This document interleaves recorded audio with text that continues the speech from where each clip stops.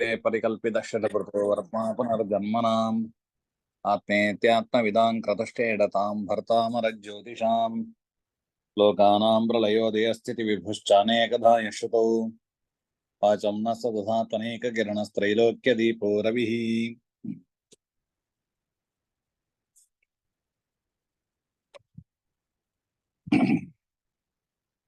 भूयोऽपि पडबुद्धिभिः पडुदियां होरापलज्ञप्तये शब्दन्यायसमन्वितेषु बहुशः शास्त्रेषु दृष्टेष्वपि होरातन्त्रमहारणमप्रतरणे भग्नोद्यमानामहम् स्वल्पं वृत्तविचित्रमर्थबहुलं शास्त्रप्लवं प्रारभे होरेत्यहोरात्रविकल्पमेके वाञ्छन्ति पूर्वापरवर्णलोपात् कर्मार्जितं पूर्वभवे सदादि यत्तस्य भक्तिं समभिव्यनक्ति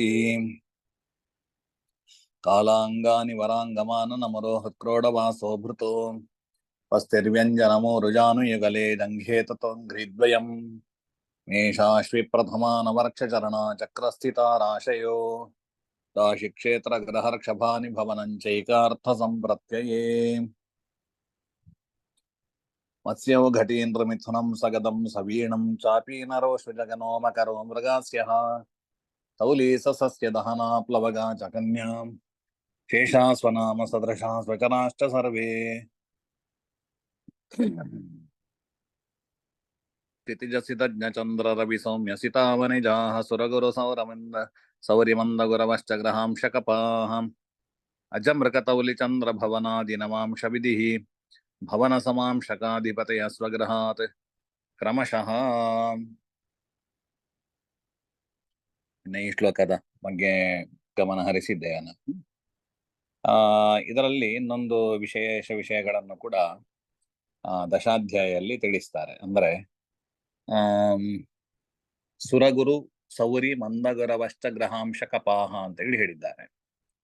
ವ್ಯುತ್ಕ್ರಮದಿಂದಾಗಿ ನಾವು ತಿಳ್ಕೊಳ್ಬೇಕಾದ್ರೆ ಸಾಮಾನ್ಯ ಹಿಂದಿನಿಂದ ಬರುದು. ನಾವು ಹಿಂದಿನಿಂದ ಬರ್ಬೇಕಾದ್ರೆ ಹೇಗೆ ಗ್ರಹ ಸ್ಥಿತಿ ಆಗ್ತದೆ? ಈಗ ಮೀನರಾಶಿಯಿಂದ ಅಧಿಪತಿಗಳನ್ನು ಇಟ್ಕೊಂಡು ಬರುವ. ಮೀನರಾಶಿಯಿಂದ ಇದರ ಮೊದಲಿಗೆ ಗುರು, ಆನಂತರದಲ್ಲಿ ಶನಿ ಕುಂಭರಾಶಿಗೆ, ಮತ್ತೆ ಪುನಃ ಇದು ಒಬ್ಬನೇ ಆದ್ರಿಂದಾಗಿ ಅದು ಬೇಡ, ಪುನಃ ಗುರು ಅದು ಬೇಡ ನಮಗೆ. ಶನಿ ಆದ್ಮೇಲೆ ಮತ್ತೆ ವೃಶ್ಚಿಕದ ಅಧಿಪತಿ ನಮಗೆ ಕುಜ, ಆನಂತರದ ಅಧಿಪತಿ ನಮಗೆ ಶುಕ್ರ, ಆನಂತರ ನಮಗೆ ವ್ಯುತ್ಕ್ರಮದಲ್ಲಿ ಬಂದಾಗ ಅಂದ್ರೆ ಹಿಂದೆ ಬಂದಾಗ ಕನ್ಯಾ ರಾಶಿ ಅಧಿಪತಿ ಬುಧ. ಇದೊಂದು ವ್ಯವಸ್ಥೆ ಅಲ್ವಾ, 5 ಗ್ರಹರ ವ್ಯವಸ್ಥೆ. ಆಮೇಲೆ ರವಿ, ಆಮೇಲೆ ಚಂದ್ರ ಅಂತೇಳಿ ಈ ರವಿಚಂದ್ರರನ್ನ ಒಂದು ಪಕ್ಕಕ್ಕೆ ಇಟ್ಕೊಳ್ಳುವ. ಸಾಮಾನ್ಯ ನಮಗೆ ಹೀಗೆ ವ್ಯುತ್ಕ್ರಮದಲ್ಲಿ ಬಂದಾಗ ಗುರು, ಆನಂತರ ಶನಿ, ಆನಂತರ ಕುಜ, ಆನಂತರ ಶುಕ್ರ, ಆನಂತರ ಬುಧ ಅಂತ ಹೇಳುವಂತ ಒಂದು ವ್ಯವಸ್ಥೆ. ಇದು ಏನನ್ನ ತಿಳಿಸ್ತದೆ ಅಂತೇಳಿ ಹೇಳಿದ್ರೆ ಸೃಷ್ಟಿಕ್ರಮವನ್ನ ಇದರಿಂದ ತಿಳಿಸ್ತಾ ಇದ್ದಾರೆ. ಉಪನಿಷತ್ತಿನಲ್ಲಿ ಸೃಷ್ಟಿಕ್ರಮ ಬರ್ತದೆ. ಹೇಗೆ ಅಂತ ಹೇಳಿದ್ರೆ ಆಕಾಶಾದ್ವಾಯು, ವಾಯೋರಗ್ನಿ, ಅಗ್ನೇರಾಪಃ, ಅಭ್ಯ ಪೃಥ್ವಿ ಅಂತೇಳಿ ಸೃಷ್ಟಿಯ ಕ್ರಮನ ಮೊದಲಿಗೆ ಅಂದ್ರೆ ಅದಕ್ಕಿಂತ ಮುಂಚೆ ಸೃಷ್ಟಿಯಾಗಿರುವಂತ ವಿಷಯಗಳುಂಟು. ಪಂಚಭೂತಗಳ ಸೃಷ್ಟಿಯ ವಿಷಯದಲ್ಲಿ ಆಕಾಶದಿಂದಾಗಿ ವಾಯು ಸೃಷ್ಟಿಯಾಯಿತು, ವಾಯುವಿನ ನಂತರ ವಾಯುವಿನಿಂದಾಗಿ ಅಗ್ನಿ ಸೃಷ್ಟಿ, ಅಗ್ನಿಯಿಂದಾಗಿ ಜಲ, ಜಲದಿಂದಾಗಿ ಪೃಥ್ವಿ ತತ್ವ ಸೃಷ್ಟಿಯಾಯಿತು ಅಥವಾ ಪೃಥ್ವೀಭೂತ ಸೃಷ್ಟಿಯಾಯಿತು ಅಂತೇಳಿ ಶ್ರುತಿಯಲ್ಲಿದೆ. ಇದೇ ಕ್ರಮವನ್ನ ತಿಳಿಸ್ತಾ ಇದೆ. ಯಾಕೆ ಅಂತ ಹೇಳಿದ್ರೆ ನಮಗೆ ಮುಂದಕ್ಕೆ ಪಂಚಭೂತಗಳಿಗೆ ಅಧಿಪತಿಗಳು 2ನೇ ಅಧ್ಯಾಯದಲ್ಲಿ ಬರ್ತದೆ. ಅದನ್ನ ಹೇಳಬೇಕಾದ್ರೆ ಬುಧ ರವಿ, ಒಂದು ನಿಮಿಷ, ಶ್ಲೋಕ ಬುಧ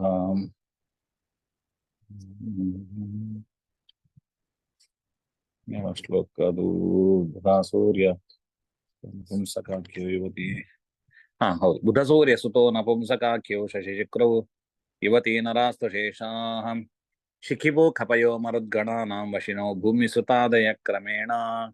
ಶಿಖಿಭೂ ಖಪಯೋ ಮರುದ್ಗಣಾನಾಂ ಅಂದ್ರೆ ಶಿಖಿ ಅಗ್ನಿಭೂತಕ್ಕೆ ಕುಜ ದೇವತೆ, ಭೂಮಿಗೆ ಭೂಮಿಗೆ ಬುಧ, ಭೂಮಿ ಸುತಾದಯ ಕ್ರಮೇಣ ಕುಜನಿಂದ 5 ಜನರು ಅಂತೇಳಿ ಹೇಳ್ತಾರೆ.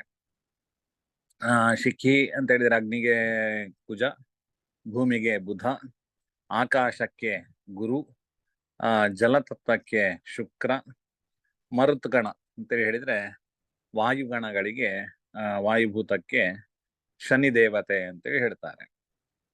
ಶನಿಯ ಮಂಡಲವನ್ನು ಹೇಳಬೇಕಾದ್ರೂ ಕೂಡ ಈಗ ಜಲಮಂಡಲ ನಮಗೆ ಹೇಗೆ ಚಂದ್ರನಿಗೆ ಹೇಳಿದ್ದಾರೆ, ಹಾಗೆ ವಾಯುವಿನ ಮಂಡಲವೇ ಶನಿ ಅಂತ ಹೇಳುವಂಥದ್ದು ಕೂಡ ಪುರಾಣಗಳಲ್ಲಿ ಇರುವಂಥದ್ದು. ಅದರಿಂದಾಗಿ ವಾಯುತತ್ವಕ್ಕೆ ಶನಿ ಅಭಿಮಾನಿ ದೇವತೆ, ಪೃಥ್ವೀಭೂತಕ್ಕೆ ಬುಧ, ಅಗ್ನಿಭೂತಕ್ಕೆ ಕುಜ, ಇನ್ನು ಜಲಭೂತಕ್ಕೆ ಶುಕ್ರ, ಆಕಾಶಭೂತಕ್ಕೆ ಗುರು. ಈಗ ಇಲ್ಲಿ ಮೊದಲಿಗೆ ಆಕಾಶ ಹೇಳಿದ್ದಾರೆ, ಗುರುವನ್ನೇ ಹೇಳಿದ್ದಾರೆ, ಅದರಿಂದಾಗಿ ಆಕಾಶವನ್ನು ಹೇಳಿದಾಗ ಆಯ್ತು. ಆ ನಂತರದಲ್ಲಿ ಆಕಾಶದ ನಂತರ ವಾಯು ಅಭಿಮಾನಿ ದೇವತೆ ಶನಿಯನ್ನು ಹೇಳಿದ್ದಾರೆ, ಅದರಿಂದಾಗಿ ಆಕಾಶಾತ್ ವಾಯು. ಶನಿಯ ನಂತರದಲ್ಲಿ ಕುಜ, ವಾಯುವಿನಿಂದಾಗಿ ಅಗ್ನಿ, ಅಗ್ನಿಯಿಂದಾಗಿ ಮತ್ತೆ ಶುಕ್ರನನ್ನು ಹೇಳಿದ್ದಾರೆ ಕುಜನ ನಂತರ, ಅಂದ್ರೆ ಜಲ ಅಭಿಮಾನಿ ದೇವತೆ ಅವನು, ಅಥವಾ ಜಲಭೂತದ ದೇವತೆ, ಜಲತತ್ವಕ್ಕೆ ದೇವತೆ ಅವನು. ಅದರಿಂದಾಗಿ ಅಗ್ನೇಯರಾಪಹ. ಶುಕ್ರನ ನಂತರ ಬುಧ ಹೇಳಿದ್ದಾರೆ, ಬುಧನು ಪೃಥ್ವಿ ತತ್ವಕ್ಕೆ ಅಭಿಮಾನಿ ದೇವತೆ, ಅದರಿಂದಾಗಿ ಅಭ್ಯ ಪೃಥ್ವಿ. ಈ ಸೃಷ್ಟಿಕ್ರಮವನ್ನು ಕೂಡ ಇದರಿಂದಾಗಿ, ಈ ವ್ಯವಸ್ಥೆಯಿಂದಾಗಿ ತಿಳಿಸಿದ ಹಾಗೆ ಆಗ್ತದೆ ಅಂತ ಹೇಳುವಂತ ಒಂದು ವಿಷಯವನ್ನ ತಿಳಿಸ್ತಾರೆ. ಹೀಗೆ ಇನ್ನು ಮುಂದಕ್ಕೆ ನಾವು ನಂತರದ ಶ್ಲೋಕಕ್ಕೆ ಹೋಗುವ.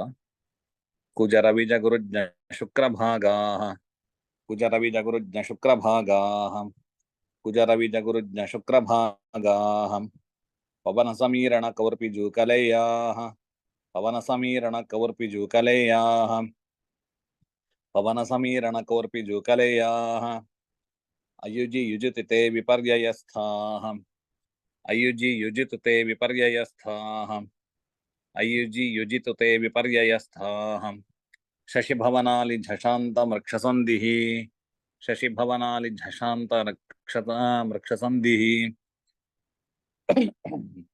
ಶಶಿಭವನಾಲಿ ಝಷಾಂತ ಮೃಕ್ಷಸಂಧಿಃ. ಇದರ ಪದಚ್ಛೇದ. ಕುಜರವಿಜ ಗುರುಜ್ಞ ಶುಕ್ರಭಾಗಾಃ, ಪವನ ಸಮೀರಣ ಕೌರ್ಪಿಜೂಕಲೆಯಾಃ, ಅಯುಜಿ ಯುಜಿ ತು ತೇ ವಿಪರ್ಯಯಸ್ಥಾಃ, ಶಶಿಭವನಾಲಿ ಝಷಾಂತಂ ವೃಕ್ಷಸಂಧಿಃ. ಶಶಿಭವನಾಲಿ ಝಷಾಂತಂ ವೃಕ್ಷಸಂಧಿಃ, ಈ ರೀತಿಯಲ್ಲಿ ಪದಚ್ಛೇದ ಈ ಶ್ಲೋಕದ್ದು. ಇದರ ಅರ್ಥವನ್ನು ಗಮನಿಸುವುದಿದ್ರೆ, ಇದು ನಮಗೆ ಜ್ಯೋತಿಷ್ಯ ಸೋಪಾನದಲ್ಲಿ ಇದರ ಬಗ್ಗೆ ನಾವು ನೋಡಿದ್ದೇವೆ, ಇದರ ಈ ಶ್ಲೋಕ ಬಂದಿದೆ ಅಲ್ಲಿ. ಡಿಗ್ರಿಯ ಬಗ್ಗೆ ಪರಿಜ್ಞಾನಗಳು ಬೇಕಾಗ್ತದೆ ನಮಗೆ. ಒಂದು ರಾಶಿಯಲ್ಲಿ 30 ಡಿಗ್ರಿ ಅಂತ, ಅದನ್ನ 5 ಜನರಿಗೆ ವಿಭಾಗ ಮಾಡಿ ಕೊಡ್ತಾರೆ. ಇದು ತ್ರಿಂಶಾಂಶ ಅಂತ ಹೇಳುವಂತಹ ಒಂದು ವ್ಯವಸ್ಥೆ. ದ್ವಾದಶಾಂಶ, ತ್ರಿಂಶಾಂಶ ಇತ್ಯಾದಿ ವ್ಯವಸ್ಥೆಗಳಿದೆ. ದ್ರೇಕಾಣ ಹೋರಾನೋ ಭಾಗ ಸಂಜ್ಞಾಃ ತ್ರಿಂಶಾಂಶ ಗದ್ವಾದಶ ಸಂಹಿತಾಶ್ಚ ಅಂತ ಮುಂದಕ್ಕೆ ಷಡ್ವರ್ಗವನ್ನ, ಯಾವುದೆಲ್ಲ ಷಡ್ವರ್ಗಗಳು ಅಂತ ಹೇಳ್ತಾರೆ. ಈ ಷಡ್ವರ್ಗಗಳಲ್ಲಿ ತ್ರಿಂಶಾಂಶವು ಕೂಡ ಒಂದು. ತ್ರಿಂಶಾಂಶ ಅಂತ ಹೇಳಿದ್ರೆ ಏನು ಅಂತ ಹೇಳಿದ್ರೆ, 30 ವಿಭಾಗ ಮಾಡಿ 5 ಜನರಿಗೆ ಕೊಡ್ತಾರೆ. 30 ವಿಭಾಗ ಮಾಡುದು ಹೇಗೆ ಅಂತೇಳಿ ಹೇಳಿದ್ರೆ, ಅದಕ್ಕೆ ಇಲ್ಲಿ ವ್ಯವಸ್ಥೆ. ಮೊದಲಿಗೆ ಕುಜ, ಆನಂತರದಲ್ಲಿ ಶನಿ ರವಿಜ, ಆನಂತರದಲ್ಲಿ ಗುರು, ಆನಂತರದಲ್ಲಿ ಜ್ಞ ರವಿ, ಕುಜ ರವಿಜ ಗುರು ಜ್ಞ, ಶುಕ್ರ ಭಾಗ, ಆನಂತರದಲ್ಲಿ ಶುಕ್ರ. ಇದು ನಮಗೆ ಇಷ್ಟು 5 ಗ್ರಹರಿಗೆ ವ್ಯವಸ್ಥೆಗಳು.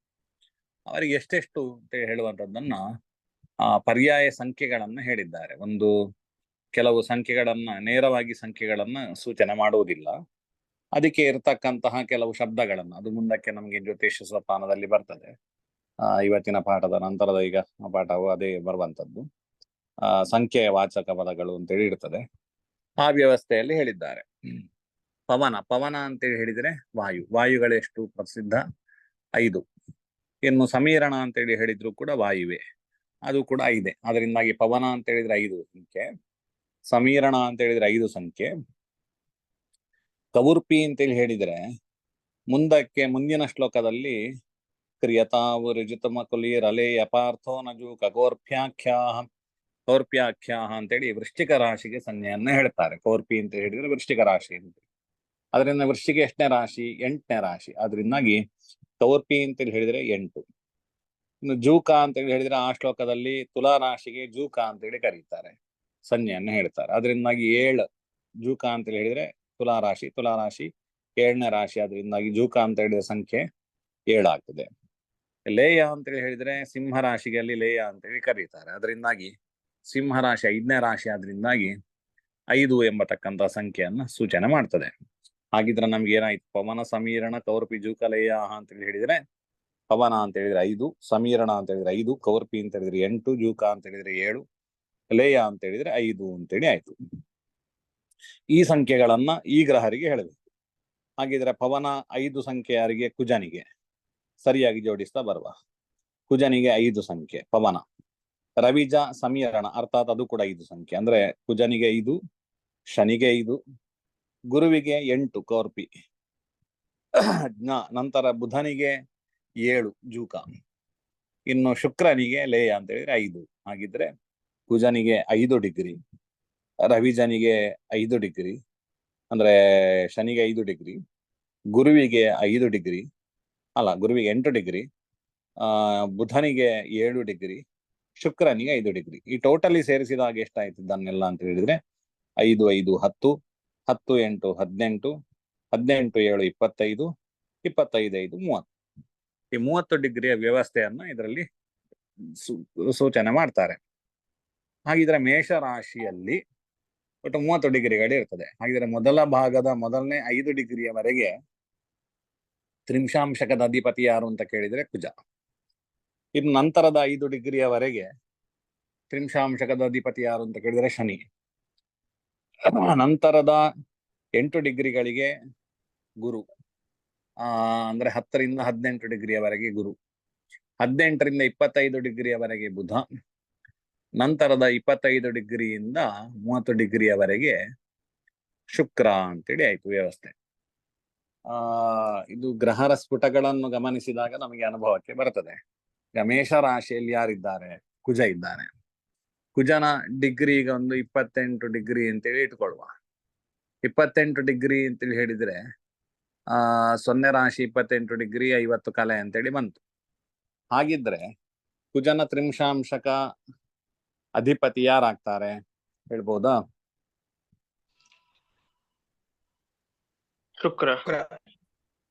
ಶುಕ್ರ ಆಗ್ತಾನೆ. ಯಾಕೆ ಅಂತ ಹೇಳಿದ್ರೆ 25 ಡಿಗ್ರಿಯಿಂದ 30 ಡಿಗ್ರಿಯ ಒಳಗಡೆ 28 ಡಿಗ್ರಿ ಬರ್ತದೆ. ಅದರಿಂದಾಗಿ ಕುಜನ ತ್ರಿಂಶಾಂಶಕದ ಅಧಿಪತಿ ಶುಕ್ರ ಆಗ್ತಾನೆ. ಇನ್ನು ಗುರುವಿಗೆ ಒಂದು ಸ್ಫುಟ ನೋಡುವ. ಗುರುವಿಗೆ ಈಗ ವೃಷಭ ರಾಶಿಯಲ್ಲಿ 15 ಡಿಗ್ರಿಯಲ್ಲಿ ಇದ್ದಾನೆ. ಹಾಗಿದ್ದಾಗ ಅದರ ಅಧಿಪತಿ ಯಾರಾಗ್ತಾರೆ? ತ್ರಿಂಶಾಂಶಕದ ಅಧಿಪತಿ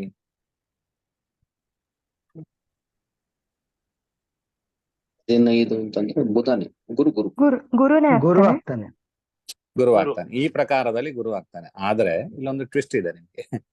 ಏನು ಅಂತ ಹೇಳಿದ್ರೆ ಮುಂದಿನ ಅರ್ಧವನ್ನು ನಾವು ತಿಳ್ಕೊಳ್ಬೇಕು. ಅಯುಜಿ ಯುಜಿತುತೆ ವಿಪರ್ಯಯಸ್ಥಾಹ. ಆಕ್ಚುಲಿ ಗುರುವೇ ಬರ್ಬೋದು ಅಂತೂ ಟ್ವಿಸ್ಟ್ ಏನಂತ ಹೇಳಿದ್ರೆ ನಮಗೆ ಇದು ಓಜ ರಾಶಿಗಳಲ್ಲಿ ಈ ವ್ಯವಸ್ಥೆ. ಯಾವುದೆಲ್ಲ ಓಜ ರಾಶಿಗಳು ಅಂತೇಳಿ ಹೇಳಿದ್ರೆ ಮೇಷ, ಮಿಥುನ, 1, 3, 5, 7, 9, 11 ಈ ರಾಶಿಗಳೆಲ್ಲ ಓಜ ರಾಶಿಗಳು. ಅರ್ಥಾತ್ ಮೇಷ, ಮಿಥುನ, ಸಿಂಹ, ತುಲಾ ಮತ್ತೆ ಧನು ಮತ್ತೆ ಕುಂಭ ಈ ರಾಶಿಗಳು ಓಜ ರಾಶಿಗಳು. ಯುಗ್ಮ ರಾಶಿಗಳೆಲ್ಲ ಯಾವುದು ಅಂತೇಳಿ ಹೇಳಿದ್ರೆ ವೃಷಭ, ಕರ್ಕಾಟಕ, ಕನ್ಯಾ, ವೃಶ್ಚಿಕ, ಮಕರ, ಮೀನ ಇದು ಯುಗ್ಮ ರಾಶಿಗಳು. ಈ ಒಂದು ವ್ಯವಸ್ಥೆ ನಮಗೆ ತಲೆಯಲ್ಲಿ ಬೇಕು. ಈಗ ಇದು ಓಜ ರಾಶಿಗಳಲ್ಲಿ ಈ ವ್ಯವಸ್ಥೆ ಯಾವುದೆಲ್ಲ? ಕುಜ ರವಿ ಗುರುಜ್ಞ ಶುಕ್ರ ಭಾಗ ಪವನ ಸಮೀರಣ ಕೋರ್ಪಿಜೋ ಕಲೆಯ.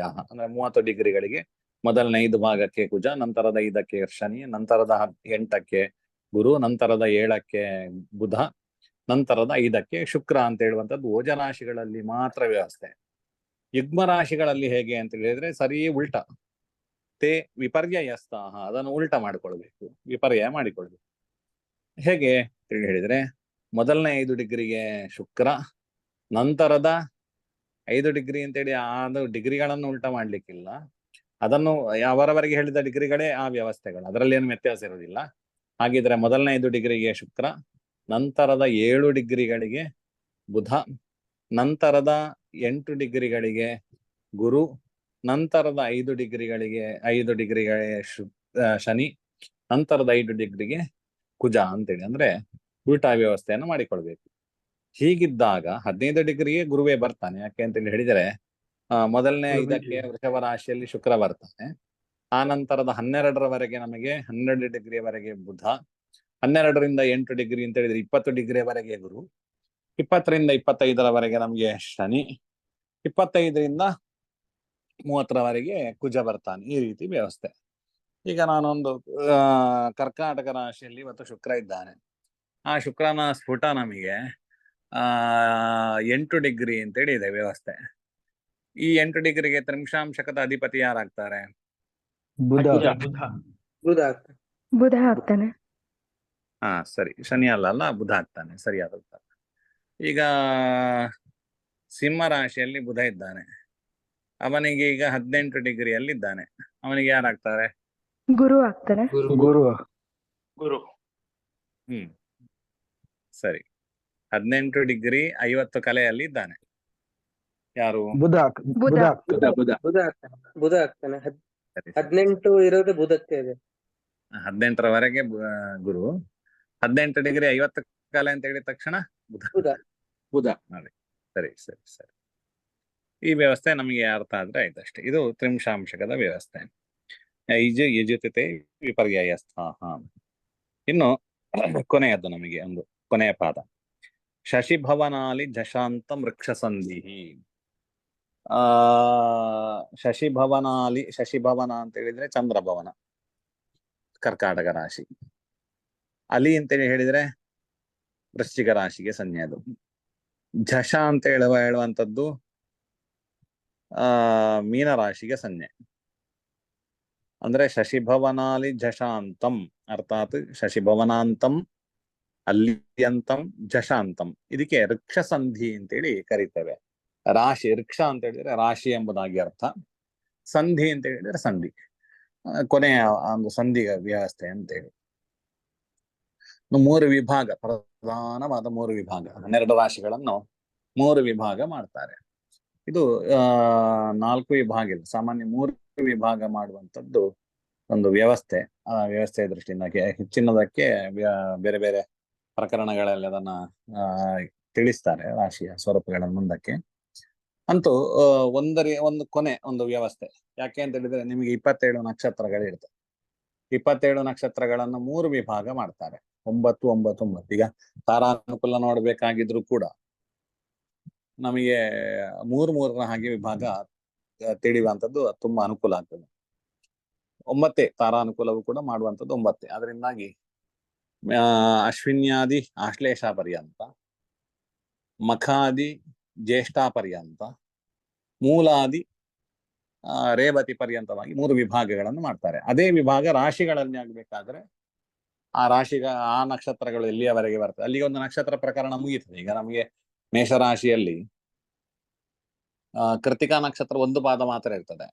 ವೃಷಭ ರಾಶಿಗೆ ಕೃತಿಕಾ ನಕ್ಷತ್ರ ಆ ಕಡೆಗೆ ಈ ಕಡೆಗೂ ಬರ್ತದೆ. ಇನ್ನು ವೃಷಭ ರಾಶಿಯನ್ನು ತಗೊಂಡ್ರೆ ಮೃಗಶಿರಾ ನಕ್ಷತ್ರ ಆ ಕಡೆಗೆ ಈ ಕಡೆಗೂ ಬರ್ತದೆ. ಮಿಥುನ ರಾಶಿಯನ್ನು ತಗೊಂಡ್ರೆ ಪುನರಸ ನಕ್ಷತ್ರ ಆ ಕಡೆಗೆ ಈ ಕಡೆಗೂ ಬರ್ತದೆ. ಆದ್ರೆ ಕರ್ಕಾಟಕ ರಾಶಿಯಲ್ಲಿ ಆಶ್ಲೇಷಕ್ಕೆ ಮುಗಿಯುತ್ತಲ್ಲಿಗೆ, ಪುನಃ ಆ ಕಡೆಗೆ ಈ ಕಡೆಗೆ ನಕ್ಷತ್ರ ಬರುವಂತ ವ್ಯವಸ್ಥೆ ಇಲ್ಲ. ಅಲ್ಲಿಗೆ ಒಂದು ಹಂತ ಮುಗೀತದೆ. ಅದರಿಂದಾಗಿ ಒಂದು ಹಂತ ಮುಗಿಯುವಂಥದ್ದು ನಮಗೆ ಕರ್ಕಾಟಕ ರಾಶಿ. ಹಾಗೆ ಮತ್ತೆ 2ನೇದ್ದು ವಿಭಾಗ ಜ್ಯೇಷ್ಠ ಪರ್ಯಂತ ಮುಗೀತದೆ, ಅಲ್ಲಿಗೆ ಜ್ಯೇಷ್ಠ ಮುಗೀತು. ಅದರಿಂದಾಗಿ ವೃಶ್ಚಿಕ ರಾಶಿ, ಇನ್ನು ಮೀನ ರಾಶಿ. ಇದು 3. ಈ ರಾಶಿಗಳೇ ರಾಶಿ ಸಂಧಿ ಅಲ್ಲ, ಇವುಗಳ ಕೊನೆ ಇದಕ್ಕೆ ರಾಶಿ ಸಂಧಿ ಅಂತೇಳಿ ಕರೀತಾರೆ. ಸಾಮಾನ್ಯ ಅದನ್ನ ವಿಭಾಗ ಮಾಡಬೇಕಾದ್ರೆ ವ್ಯಾಖ್ಯಾನದಲ್ಲಿ ಕೊನೆಯ 3 ಡಿಗ್ರಿಗಳು ಅಥವಾ ಕೊನೆಯ 1 ಡಿಗ್ರಿಯನ್ನ 2-3 ಆಚಾರ್ಯರ ವ್ಯವಸ್ಥೆಯಲ್ಲಿ ಬೇರೆ ಬೇರೆ ಹೇಳಿದ್ದಾರೆ. ಕೆಲವರು 1 ಡಿಗ್ರಿ ಅಂತ ಹೇಳಿದ್ದಾರೆ, ಕೆಲವರು 3 ಡಿಗ್ರಿ ಅಂತೇಳಿ ಹೇಳಿದ್ದಾರೆ, ಕೆಲವರು ಕೊನೆ 5 ಡಿಗ್ರಿಯನ್ನು ಹೇಳಿದ್ದಾರೆ. ಅಂತೂ ಇದನ್ನ ರಾಶಿ ಸಂಧಿ ಅಂತೇಳಿ ಕರೀತಾರೆ. ಮತ್ತೆ ರಾಶಿ ಸಂಧಿ ಅದು ನಮಗೆ ಇನ್ನು ಇದರಲ್ಲಿ ಪ್ರಶ್ನ ಮಾರ್ಗದಲ್ಲಿ ಒಂದು ವಿಭಾಗ ಬರ್ತದೆ. ಬಾಲಾನ ವರ್ಧಿತವಾರಾಸು ಗಂಡಾಂತೋಷ್ಣ ವಿಶೇಷ ಗಂಡ ಅಂತ ಹೇಳುವಂತ, ರಾಶಿ ಗಂಡ ಅಂತ, ತಿಥಿ ಗಂಡ ಅಂತ, ನಕ್ಷತ್ರ ಗಂಡ ಅಂತ ಹೇಳುವಂತ ಒಂದು ವ್ಯವಸ್ಥೆಯನ್ನು ನೋಡ್ಲಿಕ್ಕೆ ಉಂಟು. ಇದು ಪಾಠ ಆಗಿದೆ ನಮಗೆ. ಅದರಿಂದಾಗಿ ಅಲ್ಲಿ ಶಶಿಹರ ಸಂಹಿತ ತ್ಯಾಜ್ಯಾಹ ಅಂತ ಹೇಳುವಂತ ಒಂದು ವ್ಯವಸ್ಥೆ ಇದೆ.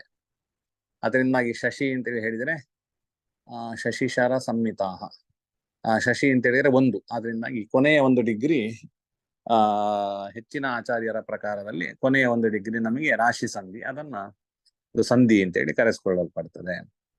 ಇಲ್ಲಿ ಶಶಿಭವನಾಲಿ ಜಶಾಂತಂ ಅಂತ ಶಬ್ದವನ್ನ ಬಳಸಿದ್ದಾರೆ. ಅದರಿಂದಾಗಿ ಈ ರಾಶಿ ಸಂಧಿ ಅಂತ ಹೇಳುವಂಥದ್ದು ಶುಭ ಸೂಚನೆ ಅಲ್ಲ ಅಂತ ಗೊತ್ತಾಗ್ತದೆ. ಅಂತ ಹೇಳಿದ್ರೆ ಸಾಮಾನ್ಯ ಕೊನೆ ಅಂತೇಳಿ ಅರ್ಥ. ಅಂದ್ರೆ ಸಾಮಾನ್ಯ ಈ ಭಾಗದಲ್ಲಿ ಯಾರಾದ್ರೂ ಹುಟ್ಟಿದ್ರೆ ಅದನ್ನ ಸಾರಾವಲಿಯಲ್ಲಿ ಹೇಳ್ತಾರೆ. ಜಾತೋನ ಜೀವತಿ ನರೋ ಮಾತುರ ಪತ್ಯೋ ಭವೇತ್ ಸ್ವಕುಲ ಹಂತ ಯದಿ ಜೀವತಿ ಗಂಡ ಅಂತೆ ಬಹುಜನಗೋ ಭವೇತ್ ಭೂಪಃ ಅಂತೇಳಿ ಹೇಳ್ತಾರೆ. ಅಂದ್ರೆ ಹುಟ್ಟಿದವ ಗಂಡ ಅಂತ, ಅಂದ್ರೆ ಈ ರಾಶಿ ಗಂಡ ಅಂತದಲ್ಲಿ ಹುಟ್ಟಿದವ ಯಾರು ಕೂಡ ಬದುಕುವುದಿಲ್ಲ. ಅವನು ಮಾತುರ ಪತ್ಯ, ತಾಯಿಗೆ ಬೇಕಾದವನು ಆಗಿರುವುದಿಲ್ಲ. ಸ್ವಕುಲ ಹಂತ, ತನ್ನ ಕುಲವನ್ನ ನಾಶ ಮಾಡ್ಲಿಕ್ಕೆ ಹುಟ್ಟಿರ್ತಾನೆ. ಅಂತವನ ಹೆಚ್ಚು ಸಮಯ ಬದುಕುವುದಿಲ್ಲ. ತುಂಬಾ ಅಂದ್ರೆ ಕೆಟ್ಟವನಾಗಿ ಸ್ವಲ್ಪ ಸಮಯ ಬದುಕಿ ಅಲ್ಪಾಯುಷ್ಯ ಉಳ್ಳವನಾಗಿರ್ತಾನೆ. ಆದರೆ ಎಲ್ಲಿಯಾದ್ರೂ ಅವನು ಬದುಕಿದ ಅಂತೇಳಿ ಹೇಳಿದ್ರೆ, ಅಂದ್ರೆ ತುಂಬಾ ಸಮಯ ಬದುಕಿದ ಅಂತೇಳಿ ಹೇಳಿದ್ರೆ, ಆಗ ಬಹುಗಜ ತರಗೋ ಭವೇತ್ ಭೂಪಃ, ಅವನು ತುಂಬಾ ಗಜ ಮತ್ತೆ ಆನೆ ಕುದುರೆಗಳುಳ್ಳ ದೊಡ್ಡ ರಾಜನಾಗ್ತಾನೆ ಅಂತ ಹೇಳುವಂತ ವ್ಯವಸ್ಥೆಯನ್ನ ಹೇಳಿದ್ದಾರೆ. ಅದರಿಂದಾಗಿ ಗಂಡಾಂತದಲ್ಲಿ ಹುಟ್ಟಿದವ ಸ್ವಲ್ಪ ಆಯುಷ್ಯ ಆಗಿದ್ರೆ ಅವನು ಮಾತುರ ಪತ್ಯನು ಸ್ವಕುಲ ಹಂತನೂ ಆಗ್ತಾನೆ. ಆದ್ರೆ ಅವನಿಗೆ ಎಲ್ಲಿಯಾದ್ರೂ ಅವನು ಬದುಕಿದ ಅಂತೇಳಿ ಹೇಳಿದ್ರೆ ರಾಜ ಯೋಗದ ಸೂಚನೆ ಮಾಡ್ತದೆ. ಇನ್ನು ಇಲ್ಲಿ ಒಂದು ಕುಜರ ಬೀಜ ಗುರುಜ ಶುಕ್ರ ಭಾಗ ಎನ್ನುವಲ್ಲಿ ಒಂದು ವಿಶೇಷವನ್ನು ನಾವು ತಿಳಿಯಬಹುದು. ಏನು ಅಂತೇಳಿ ಹೇಳಿದ್ರೆ, ಈ ವ್ಯವಸ್ಥೆ ಉಂಟಲ್ಲ, ಒಂದು ಶುಕ್ರ ಮತ್ತೆ ಶುಕ್ರನಿಗೆ 5 ಡಿಗ್ರಿ, ಕುಜನಿಗೆ 5 ಡಿಗ್ರಿ, ಶನಿಗೆ 5 ಡಿಗ್ರಿ, ಗುರುವಿಗೆ ಬೃಹತ್ 8 ಡಿಗ್ರಿ, ಮಸ್ತ್ ತುಂಬಾ ಡಿಗ್ರಿ, ಮತ್ತೆ ಬುಧನಿಗೆ 7 ಡಿಗ್ರಿ. ಈ ವ್ಯವಸ್ಥೆನ ಹೇಳಿದ್ದು. ಅಂದ್ರೆ ಗುರುವಿಗೆ ಮತ್ತೆ ಬುಧನಿಗೆ ಸ್ವಲ್ಪ ಅವಕಾಶ ಜಾಸ್ತಿ ಇದೆ. ಅಂದ್ರೆ ಸ್ವಲ್ಪ ದೊಡ್ಡ ವ್ಯವಸ್ಥೆ ಇದೆ ಅವರಿಗೆ ಡಿಗ್ರಿಗಳು.